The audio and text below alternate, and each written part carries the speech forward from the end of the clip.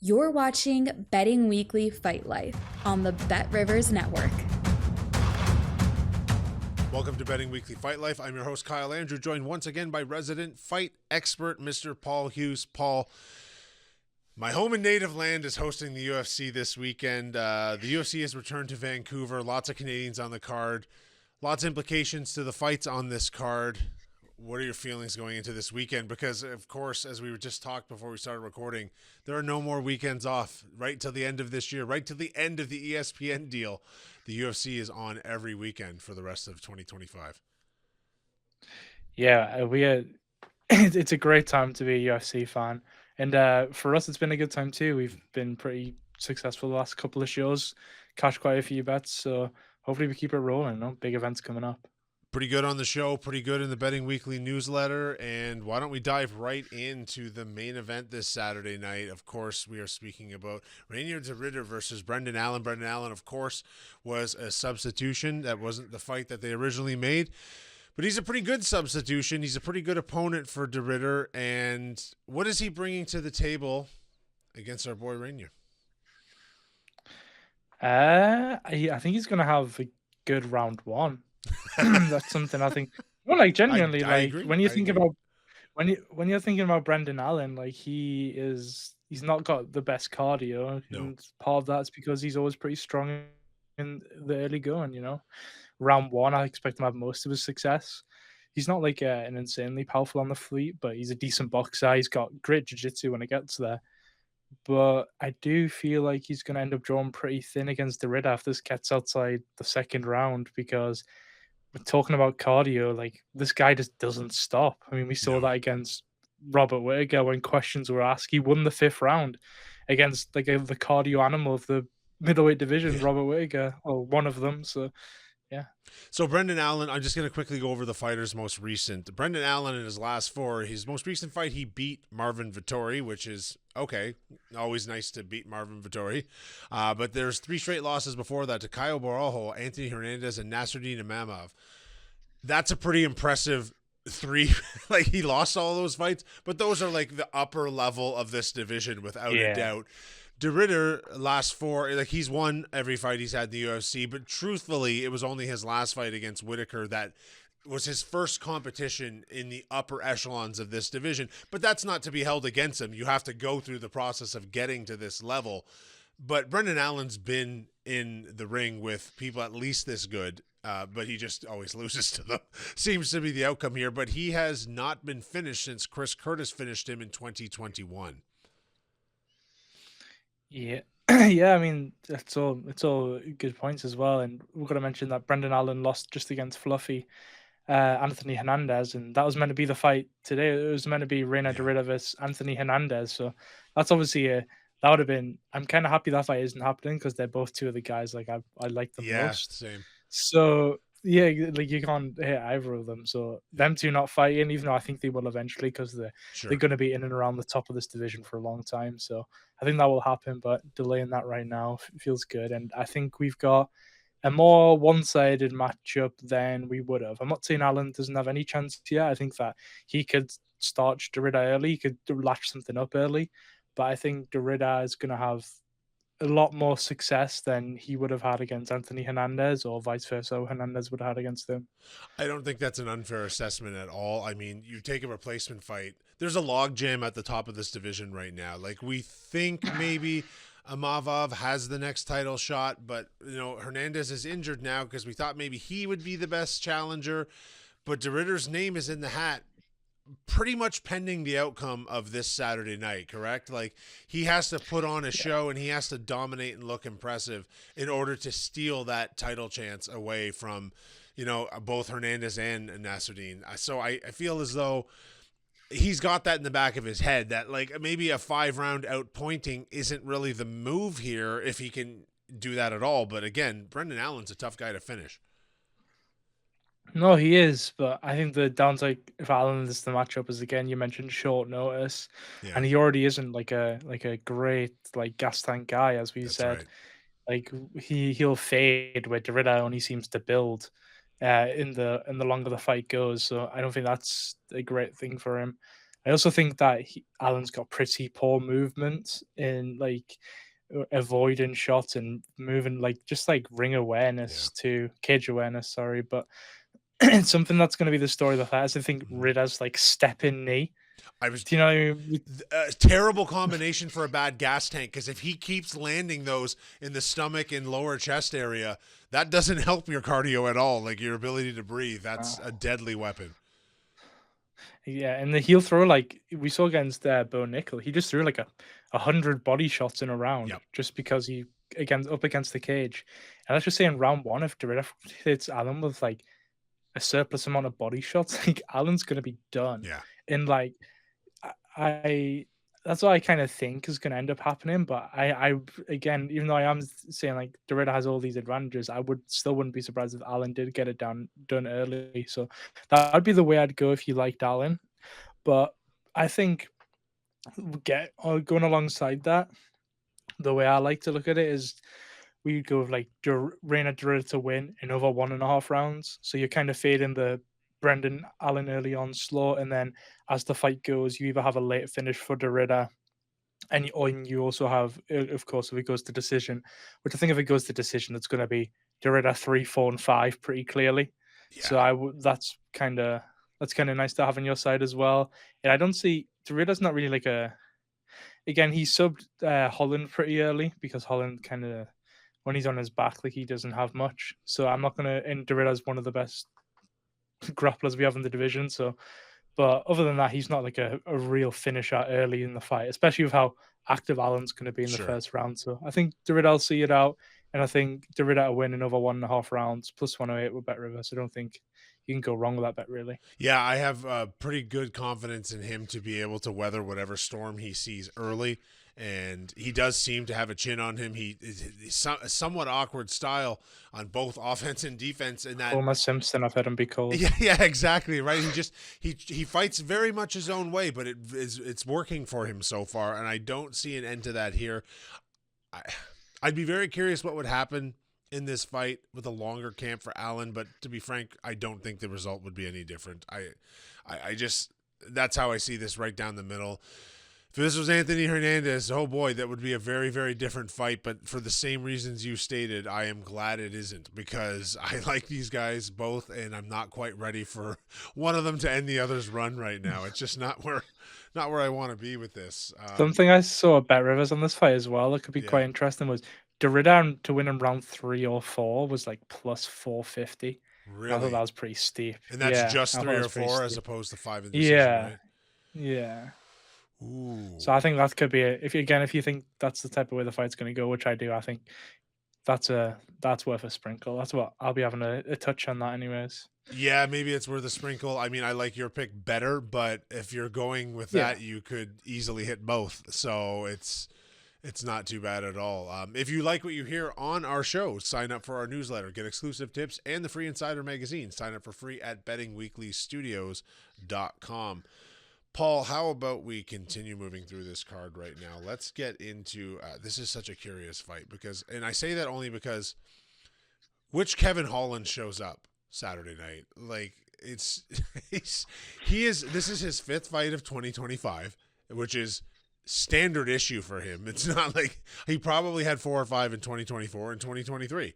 I think he fought 600 times during the pandemic. I just feel like this guy likes to stay active, but we're never too sure which version of him comes to the octagon, because he's 2-2 thus far this year, with wins over Vicente Luque and Gunnar Nelson and losses to Reinier Derrida and Daniel Rodriguez. So the Canadian Mike Malott, this is definitely the highest level competition he's faced so far. What can we expect in this one? First of all, when you talk about Holland's activity, did you see what he said today? No, I did not. Yeah, he wants to be fighting in December again. So he wants to do 6 this is not year. kind of a. Yeah, that's kind of. He said he wants to do a sending off for ESPN. That was his words. And he's the guy to do that. Okay. Yeah. He's entertaining. Listen, I like the guy. Yeah. I like him, but come on, man. If you're already talking about that and you have a fight in 2 days, like what are you doing? Yeah. You know what I mean? You have a tough fight in 2 days. Yeah, you do. Mike Malott's like no slouch. He's good at like all aspects of MMA. Like Yes. wherever this fight goes, he's going to be pretty comfortable. That's And correct. I think Malott's going to be looking for takedowns here and getting on top. And if he does, I think he's going to have a lot of success. Mm-hmm. Obviously, Holland's probably going to have an advantage on the feet because he's longer. He's starched a lot of guys who are like middleweight, like his power translates, and that obviously he's down. He's not a middleweight anymore, so his his power will carry. I think they're both pretty durable, so Yeah. that's something. Again, where I think if Malott gets on top, I don't think it's like insta sub or anything No. because Holland. Oh, I think Holland's a poor wrestler, and people kind of get this confused. I think he's a poor wrestler defensively. Well, he has been at times, and sometimes he looks elite. I don't really get it.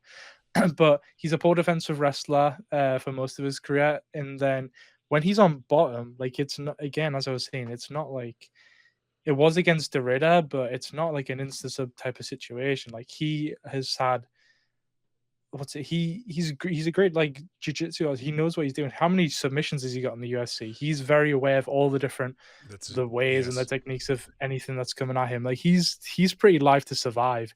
And I don't think Malott's going to be landing like some vicious ground and pound, but I think Holland's going to be, he's smart enough to stay safe on the ground anyways.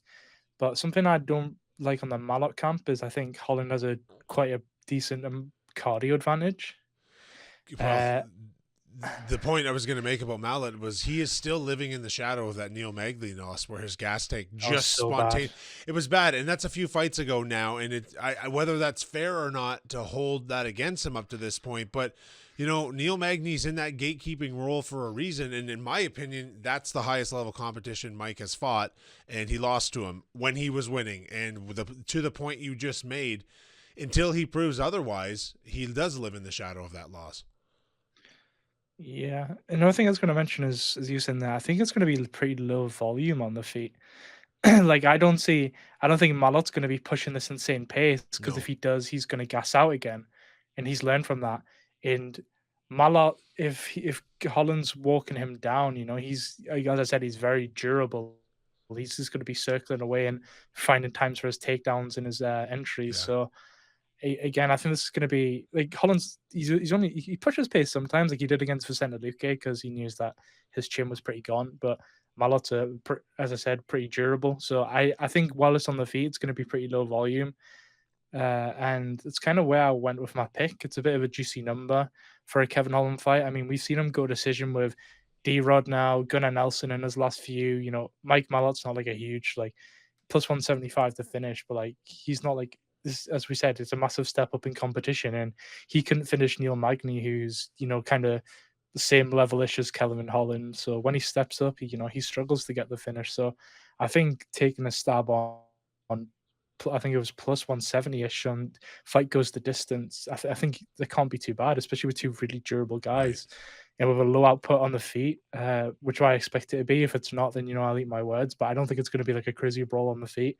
So plus 170, two pretty durable chins. I think both are going to be pretty. I don't think Holland's going to be on his own takedowns. His only sub chances are when Malott shooting in and he wraps up a neck or something, or he hurts Malott and wraps something up. And then Malott, I don't think he's going to be passing through Holland like butter on the ground. So I think this is going to be, again, low output on the feet, and Malott's going to be just kind of coasting in half guard or full guard when he's on the ground. So I think fight goes the distance plus 170. That could look really big at the end of this fight. When I was looking at the odds on this fight, the first thing that struck me was, okay, so sometimes you have a money line where it's almost a pick 'em like this, but it's rare to then go through the rest of the numbers and see them all so close. The finishing numbers almost the same. The KO, TKO, DQ almost the same. Sub both high, but both on the table. Decision similar. Everything is similar across the board. The odds makers have this as a pick 'em on all facets of the fight, and to me, that equals a fight that's going to go long, if not the distance. I'm leaning that Malott will win it on home soil. But as a safety net, I feel as though going with your pick here is actually kind of smart. I don't really see this ending early in any way, because I think, as you state, Malott will be very measured on the feet because he's going to be at a reach disadvantage for certain, and he's a smart fighter. He puts together a pretty good game plan, and he gassed against Magny that time, and I'm sure that's in his head too, and he's not. I don't expect him to repeat that, but that means conserving his gas tank. And Paul, I'll be honest with you, I think you've pretty much nailed how this one should go, but anything can happen in a fight, but I like the pick a lot. Why don't we keep on? And Go ahead. Holland's two things. Sorry, No, he's never been KO'd in the UFC. His two losses have been, one was a retirement against Wonderboy with injury, and the other one was an injury against Roman Dolidze. Exactly. And then it's not like Malott's ever been put out cold either. He has one loss by KO in the UFC, and that's because he just death gassed against Neil Magny, Yes. and Magny just kind of just beating him on the ground, and he kind of just didn't have anything left in the tank. Where, obviously that was his first time stepping up. He's learned from that, and I think, I do think this fight's gonna go long. So it could be a very entertaining fight too. That's the thing not to sleep on here either. Although I think top to bottom, this is a great card, period, and we're gonna keep moving through it right now. Another one of the many Canadians on the card is facing off Marlon Vera against Canadian Aiemann Zahabi. Again, this is nearly a pick'em on the money line. What do you expect to see? Sorry, it's just funny because I remember I asked you a question before it started, and we kind of didn't really talk much on it. I just said, "What is Aiemann Zahabi good at?" For anyone interested, and Cal was like, and he thought a second, and then we kind of agree on that. His best attribute is his coach, and like Yes. The his game planning will be good. His brother is like a really good coach. He always sets him up for winning by the finest of margins. And if you look out for his whole career, that's kind of what he's done. He's fought to those margins. Like, he knew with Aldo, you're gonna have to force something against Aldo. And I think he's gonna know he had that. Or if he does, and if he thinks Vera's chin might be going, if he forces something with Vera has crazy knees and elbows in when they're up close, and I think that's kind of going to be the story, because Vera's start slow in all of his fights, but he's took a year off now, and if you've been looking at his socials and the things he's been saying, he kind of changed his whole regime when it comes to training MMA. He's went from doing these cardio based and skill based workouts to more working on like sprints and starting fights quicker, because he knows that the reason he's losing a lot of these fights, where if you watch it, he looks like he'd beat anyone in a fight to the death, but then when you're watching this, it's like he starts off so slow and he's just not throwing anything, like, but he's training to do the complete opposite. He's saying like he knows he needs to start fast in these fights, otherwise he's not going to be back in that title picture. And I think just having that awareness, and as well as his dedication to the sport, as he said, he doesn't drink, he doesn't do drugs. All he does is train. Like, he's done a year to get himself right, and he's only 32. So, like, surprisingly, I saw. So, Zahabi's like 37 as well, which I don't think a lot of people are noticing. Right. But yeah, I think Vera, dog money. He's fought much better level of competition. I think he has inside the clinch. He's got the knees and the elbows to really bust up Zahabi. He's definitely got. Zahabi's got a good cardio, but he's definitely got the cardio advantage, because just if you know anything about Marlon Vera, you know that. Again, he's got the chin advantage. Like, he does not get hit like against anyone. So yeah, I think Vera plus money. I don't know how he's plus money. Yeah, it's here's the other thing too. Like, we talk about the ability to game plan for this fight, which they will do well. But Marlon Vera has either the 1A or 1B best chin in the UFC, so KO TKO is off the table. The guy's never been knocked out. So and Zahabi's not going to be the person to break that, because he is a well-rounded fighter that is not exceptional at anything. And how is he going to? He can kind of do a bit of everything, but can he do the things that can take Vera out of a fight? Well, Vera tends to lose decisions, and if he is really changing his approach, and he is not going to sit down in the first round and wait so long to get going in these 3-round fights, he's incredibly dangerous. And it's hard. I don't know, man. I don't really think there's anything like a home soil advantage here at all, and I tend to lean Vera as well in this. Again, good coaching, game plans can go a long way, but man, Marlon Vera he's come this far for a reason, and he finally took a pretty considerable amount of time off. Did he not have also a couple of cancellations too, right? Yeah, He just had the one against Mario Bautista, I It think. got canceled twice, May 3rd and June 7th, according to Tapology I'm seeing here. But it was the same fight canceled twice. Yeah. So whether the time off was forced or by design, it doesn't really matter. It's time off that I think he frankly needed because he'd lost 2 straight decisions before that.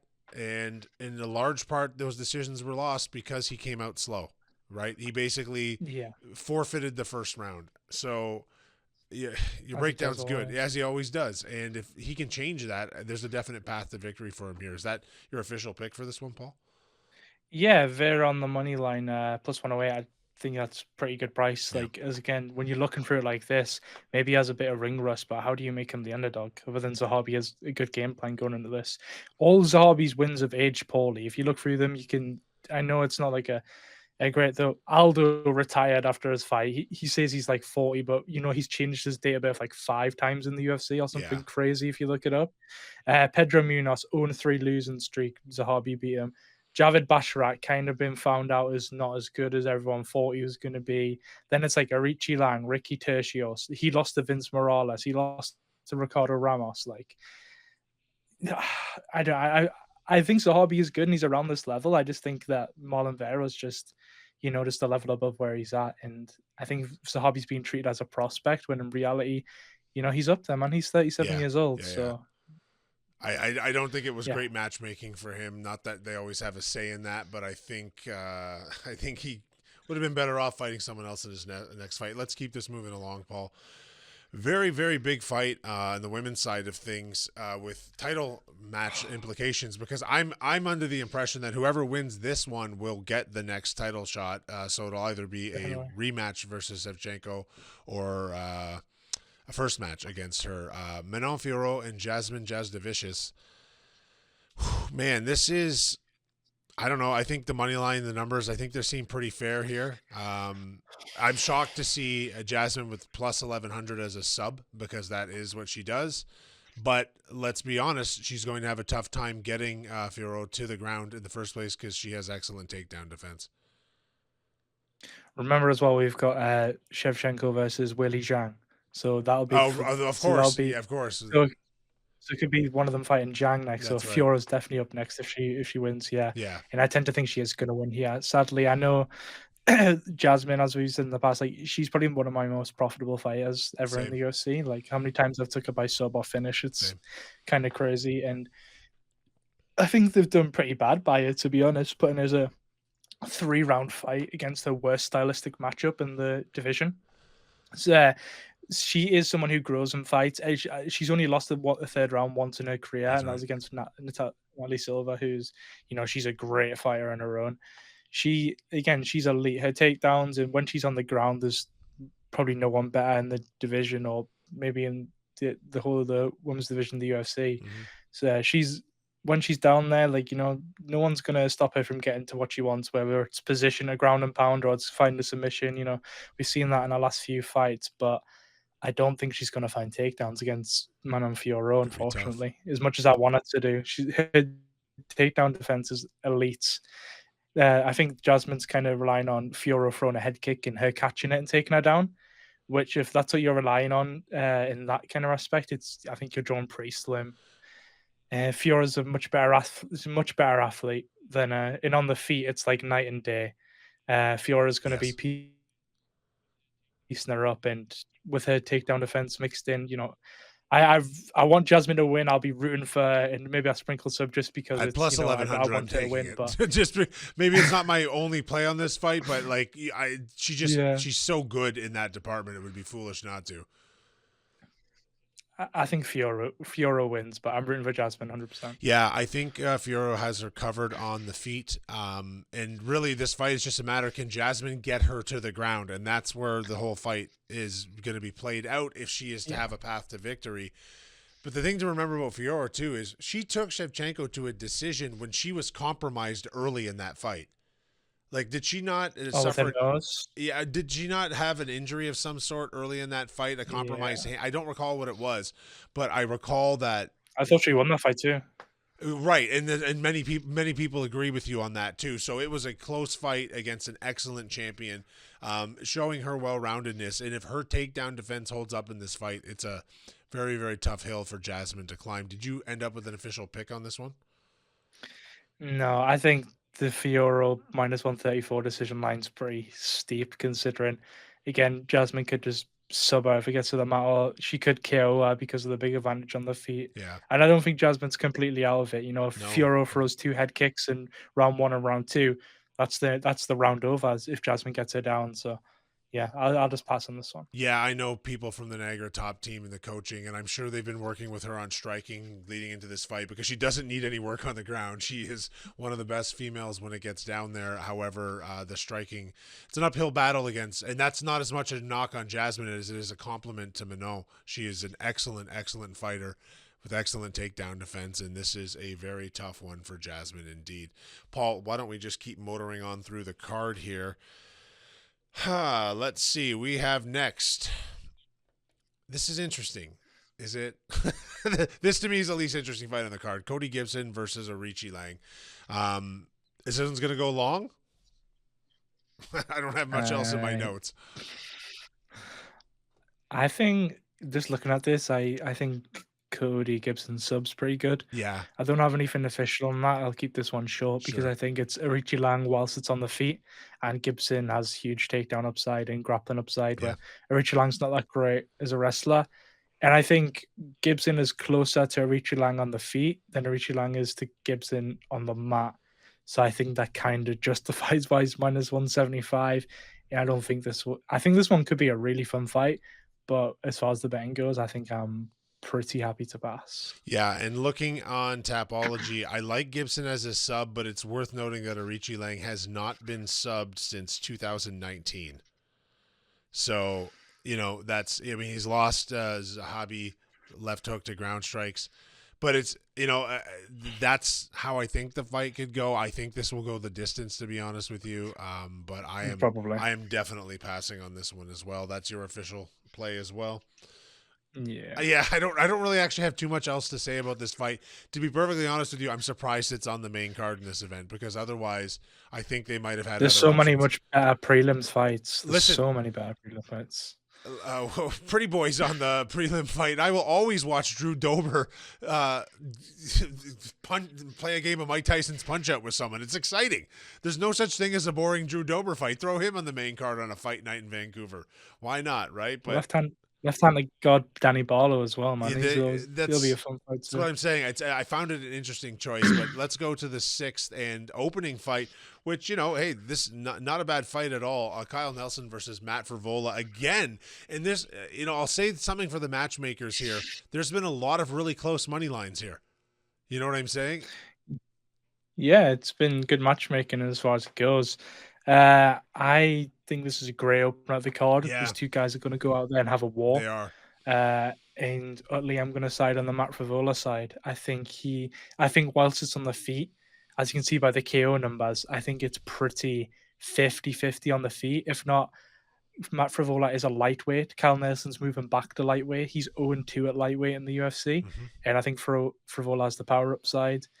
He's a bit chinny at times, but I think, the power upside, I think that's on his. Again, he's a natural lightweight. Nelson isn't. So is his power going to translate? We're not sure. And then as the wrestling goes, Matt Frevola is a very good wrestler. He always tries to impose his wrestling, and I think that he can impose it here. So I think he'll probably find a few takedowns, and I think he'll be able to keep Nelson down whilst he's there and land some big ground and pound, I think. And, if you're just looking at the lines, just looking at numbers purely, if it's 50-50 or 55-45 for Frevola on the feet, and then he has a huge, as far as the wrestling goes, he has a huge advantage there. I mean, you have to be betting him at this price. So that's what I did. So let's get your official pick here, Paul. Just took him straight up in the money line. Why not? Yeah. I could see him kind of just landing a couple takedowns and just riding it out. But if he doesn't, then I think it's going to be an absolute war on the feet. for however long it lasts. So this should be a good opener of the card, I think. I think they made the right choice putting these two on first. I agree. This is good positioning on the card itself. You know, I was very tempted to go with Frevola by finish. I mean, there's definitely a path for Kyle Nelson to win this fight, but getting KO'd by Steve Garcia in the first round of his last fight, you can't compare that to getting head kicked by Benoit Saint Denis and losing a fight like that, right? Like, that's a different level of competition. I just feel as though the path for this is difficult, and Frevola has the tools to get this done. And I was looking at him as finish, but I almost feel like, why would I rule out a 3-round war in which they both endure and he gets the decision win too at -121? Like, if that number's -141, I'm probably taking the finish, but I think I will side with you on this one and bypass that +165 and just take Frevola on the money line for this fight. But I also won't be even slightly surprised if Kyle Nelson pulls this one out and starts off the main card with a big hometown victory in Vancouver, Canada. Well, I mean, hometown, as far as you can get, it's approximately 4,000 miles from his hometown here in Ontario, but we just consider it all one big place at this point. So, Paul, do you want to quickly recap your picks from this card before we sign off? Yeah, we have Reinier in over 1.5 rounds in the main events, +108. We have the fight goes the distance in the Malott Holland fight, it's +170. Marlon Vera +108 to beat Zahabi. And you know, I haven't been hating on Zahabi. He's a slight favorite for a reason. I do think he's good, but I just think Vera's been a bit underrated. I feel like I didn't talk about Zahabi much, just talked about Vera. But and then Frevola and the card opener -121. I think he's a good price there. I think people should definitely not be sleeping on this card because there are a lot of very evenly matched fights, a lot of very good fights. I think maybe the Cody Gibson or Aoriqileng fight's a little out of place on here, but we've been wrong about that before and have been surprised by excellent fights. This, of course, leads us into the next numbered pay-per-view. Finally, we have a heavyweight title fight. I mean, we got to take a second here to acknowledge that, you know, in all of combat sports forever and always, the heavyweight division is always the glamour division. But the UFC's has really, really suffered from the belt being held captive to a complete lack of talent. Let's be real honest. Outside of the top 4 in the UFC heavyweight division, maybe the top 5, there's a dearth of talent. And we will finally see Tom Aspinall hold a belt or defend a belt that he actually inherited, with the future of this division very uncertain. Is Jones coming back? Is Pereira moving up? What is happening? A lot of people expect him to walk through Gone, but I'm not sure it's going to be just quite as easy as Jones made it look, but maybe it'll be even easier. What do you think? It will be. It will be. It will be. Okay. We will be taking something on Aspinall. I was trying to save a little drama for next week's show, but I'm lying to you all. I also think it's going to be that easy too. I think it's going to be an absolute starching, and I don't care. I'm going to lay him on, probably take him in the first round, but that just is what it is. We'll get to that next week. Paul, thanks once again. You have watched Betting Weekly Fight Life, brought to you by Bet Rivers on Betting Weekly Studios. See you guys next week. Thanks for watching Betting Weekly Fight Life on the Bet Rivers Network.